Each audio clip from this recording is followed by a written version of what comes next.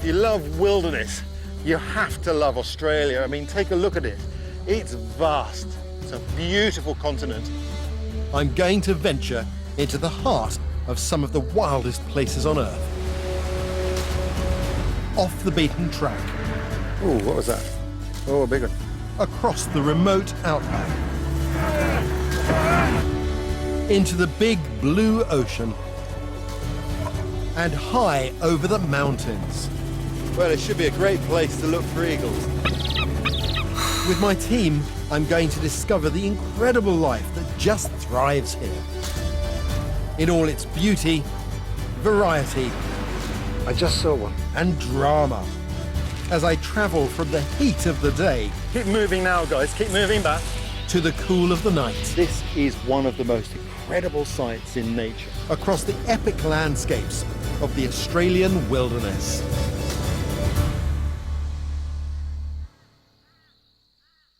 Australia is beautiful and 1/5 of the world's landmass. I'm heading to the wild jewel in its crown, Kangaroo Island, Australia's third largest island, just off the coast from Adelaide.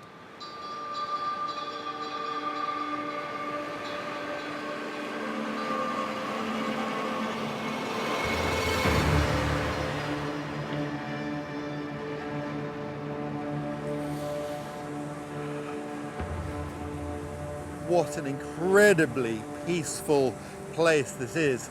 This is an island just off the south coast of Australia called Kangaroo Island. I've come here because if there's one place in Australia you can really feel like one of the first Europeans to arrive on this continent, it's here.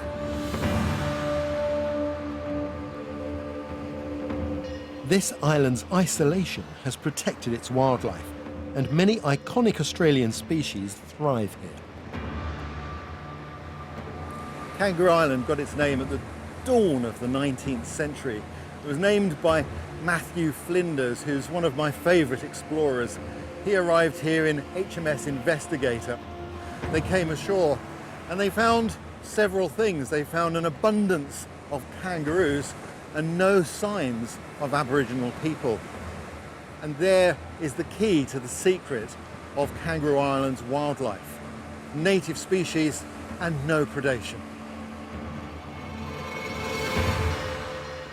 Without people to hunt them and predators to eat them, the wild animals on Kangaroo Island have had a chance to flourish. Now I'm going to travel right across the island, discovering the wildlife of this mini Australia. This is a rough impression of Kangaroo Island, and at the moment I'm up here in the north of the island there. What I'm going to do is I'm going to make a journey down into the southwest corner, because what's really interesting is that more or less a third of the island in this southwest corner is pristine, protected wilderness, just as it would have been back at the turn of the 19th century.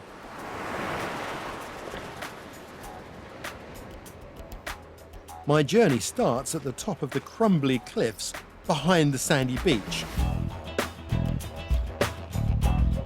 So it's a scramble to the top, to the gentle puzzlement of some of the island's inhabitants.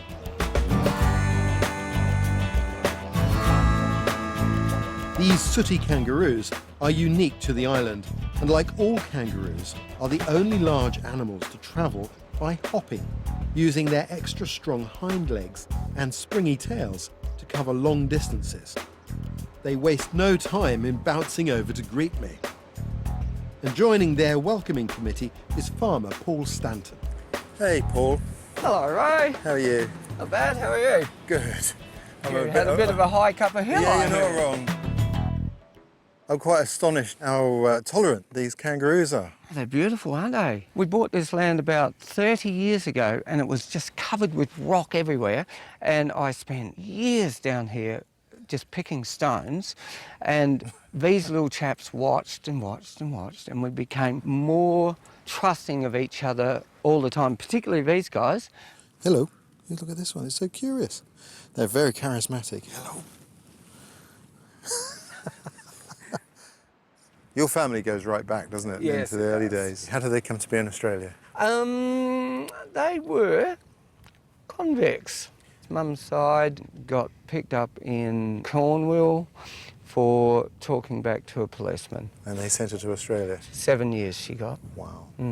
He got caught stealing some bread. And they were both from Cornwall. They both got 7 years. They met here in Australia, and that was the beginning of Mum's side of the family. And they stayed here? This mob has known Paul for over 30 years, and now wherever he goes, they follow. It's a very special and slightly unsettling encounter, like finding yourself in the middle of a herd of gentle cows.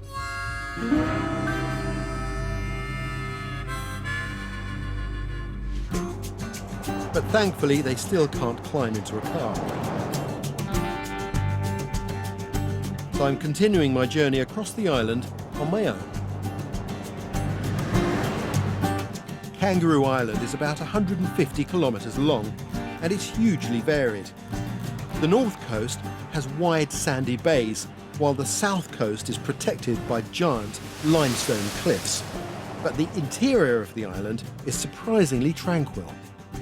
I'm heading into the centre of the island, and already I can see the landscapes change. You've got a lot of she oaks here, these low trees.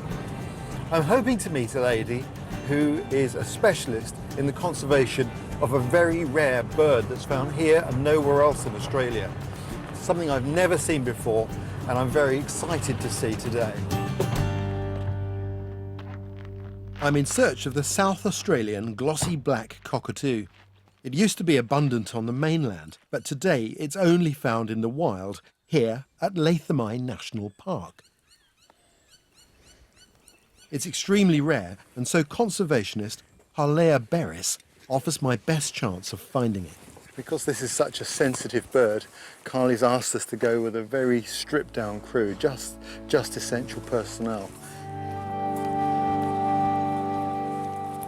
We're heading deep into the park, and Carlea has already spotted a sign that means we're close to the glossies. So quite often we'll actually find these amazing tail feathers. So the birds lose their tail feathers every year when they molt. So that's a female tail feather. The females actually have these stripes, and they quite often have edges of yellow. This one's not as in good nick. Oh, and is that the male then? This is the male. So what actually happens is all the young birds start off with a barred tail. Okay. And then as they mature, the females keep the bars, but the males actually lose them and just become red. The reason why this bird is so rare is because it's a very fussy bird. It feeds only on drooping she oak cones and nests only in large gum trees. Lathami has lots of she oaks, but because of forest clearance in the 50s, the gum trees are not yet big enough to have formed the hollows the birds need to nest in. Carlea and her colleagues have come up with a plan. We've gone around and put up 130 artificial hollows. We're actually making these really nifty little nest boxes out of PVC stormwater pipe. We pop them up in the tree about 15 metres high, and the birds are actually selectively using our nest boxes over natural hollows now. Carlea is using an ingenious solution to check the nest boxes. Carly's going to use her handy device there to look inside the nesting box to monitor the progress of a chick that's in this nest box. Okay? There you can see Carly's already looking quite small down here. Got another foot, Carly. Nearly, yes. Have a look at this. Isn't that amazing? So just the one chick. One chick a year. Yeah. Hence the vulnerability. Yeah, so that one would be about 6 to 7 weeks old, this nest should be, and it takes about 12 weeks for them before they're ready to leave the nest. Come down this way. Sounds like some birds coming in now. A short while later, the adult birds put in an appearance. That's amazing. Look at that. There's a pair. Yeah. So I think that's the male- female down below. Yeah, so I think the I see the female's on the female. left. Oh, look at that. That's beautiful. Big, big bill. That's a very powerful bill. Yeah, so it's They've actually got a different shaped bill to all the other cockatoos, specifically adapted just to eating she oaks. That is beautiful. So they tend to pair up for life. So can you see the yellow on the female's head there? You can quite often tell a female apart because the males will never have any yellow on them. And we think every female actually has an individual facial pattern, so we can actually tell them apart from each other. That is fantastic. It's the first time I've seen a glossy black cockatoo. I have to say, it's spectacular. In 1995, we only had 158 birds left in the entire population. We're now, with our management, which is putting up the nest boxes, protecting them from possums, and planting more she oaks, we've got them up to 373. So we've over doubled the population in 22 years. That's brilliant. And is there a chance then they'll go to the mainland?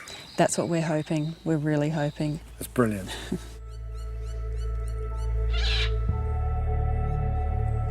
Well, that was fantastic. When you think that the numbers have doubled through the efforts of committed conservationists, it really is a message of hope. That was a brilliant end to a day on Kangaroo Island.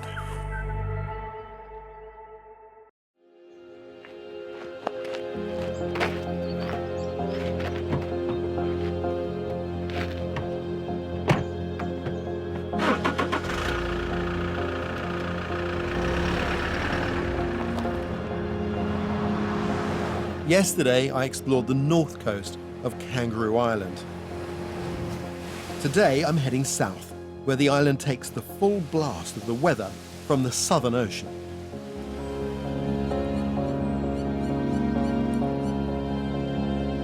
But in the early morning calm, the island's interior is a peaceful haven for the wildlife that thrives here. Well, it's a lovely morning, and I'm down in the southwest corner of the island competing with the wildlife. This is the wildest part, and so there's great potential for seeing all sorts of things here.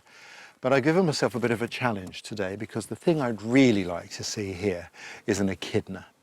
And that's a very difficult creature to find. They're incredibly elusive. They've got good hearing, they feel vibrations, and they're very well camouflaged. So it isn't going to be easy. Echidnas are also known as spiny anteaters. Peggy Ritzmiller has spent the last 30 years studying them in the wild. Hey, Peggy. Hi. How are you doing? I'm just sort of doing my normal scouting. This is the haystack.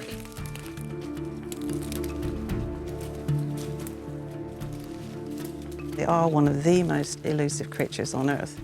And there's several reasons why echidnas are so difficult to find. They have these huge pads in their front feet, and they can sense vibration. Yeah. So that's, of course, how they find their food sources. And not only that, they have very, very sensitive hearing as well. So their whole body is like a receptor for sound. Look at all this area. You can see where all the old echidna digs have been.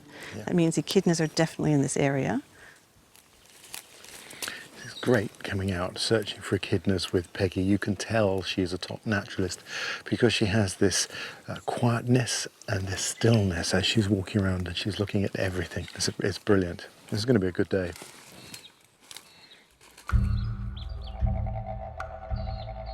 This is one thing I really didn't expect to see. It's a Rosenberg's goanna, a kind of monitor lizard that is unique to Kangaroo Island. It thrives here because it has no predators, and it happily comes out in broad daylight to hunt and forage for food.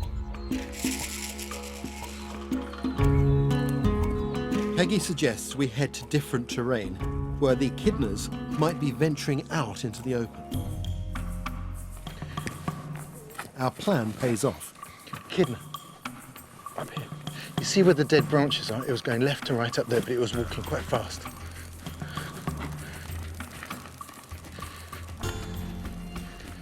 It was about this size. I've seen an echidna. I saw it. It was about 200 metres away. There it is still, right on the edge of the tree line. I see it. Quite light coloured, like buffy coloured spines. But It's up there, where those gum leaves are coming down. It's there somewhere.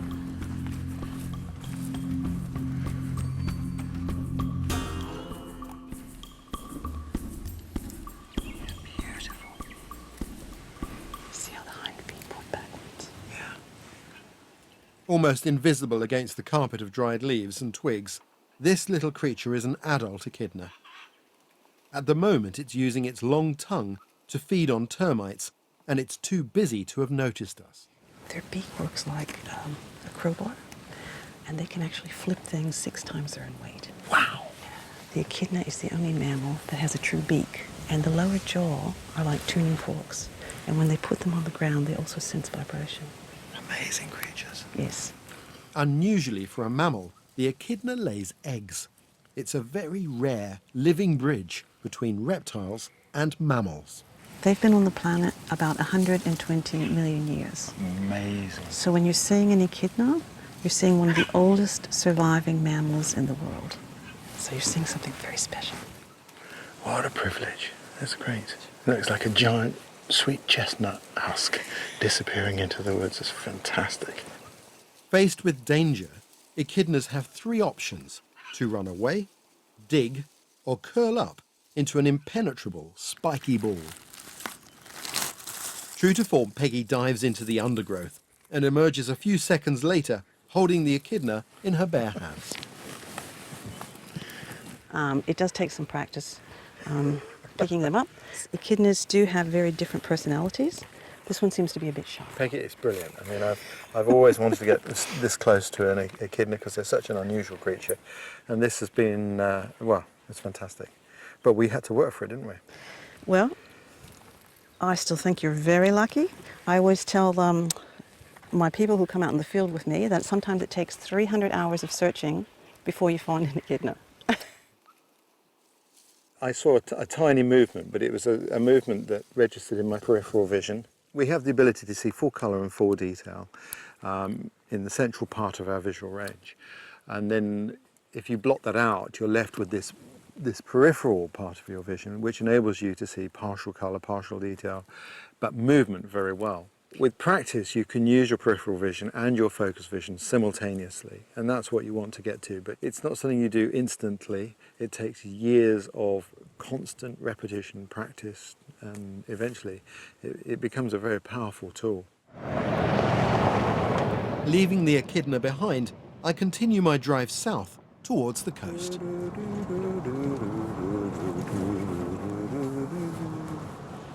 As you can see from the change in vegetation, I'm deep in the southwest corner of the island.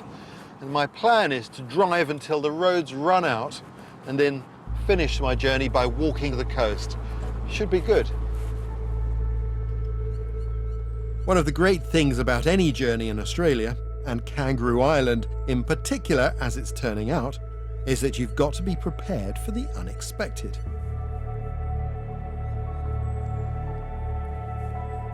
This koala normally lives high up in the gum trees, but here, because there are so few predators, seems happy to chill out on the ground.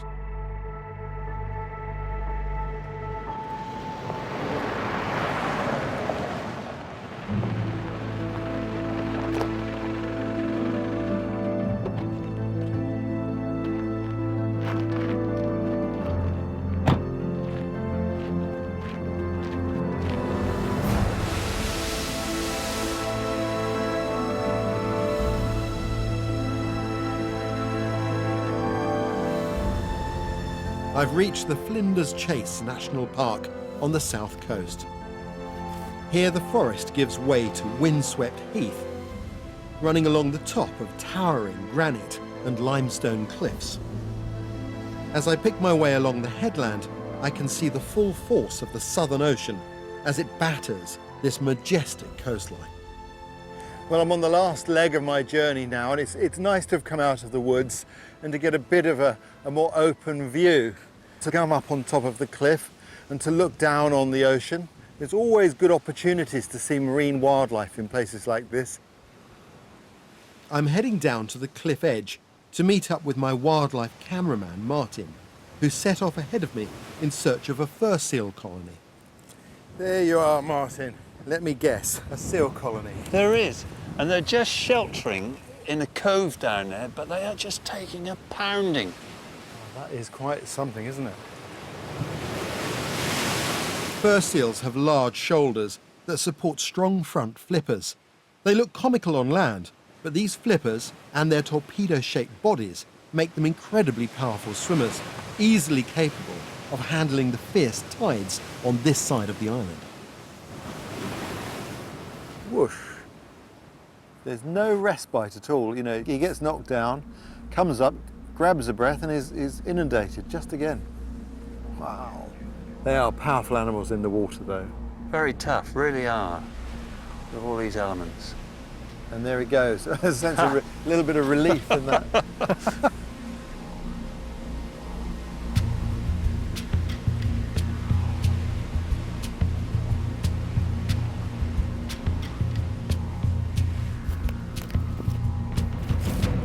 There you go. Now I can see the end of my journey. That's those rocks on that headland over there. Those are the remarkable rocks. What makes these rocks so remarkable is the way their granite form has been eroded by wind and rain for over 500 million years. Perched 200 feet above the ocean and sitting atop a giant dome of lava, they wouldn't look out of place in a sculptured gallery. Well, this is it. This is the end of my journey.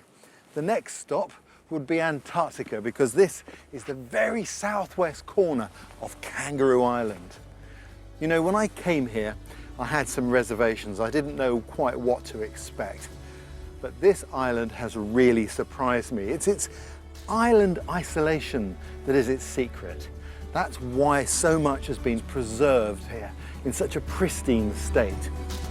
A rare and remarkable island indeed.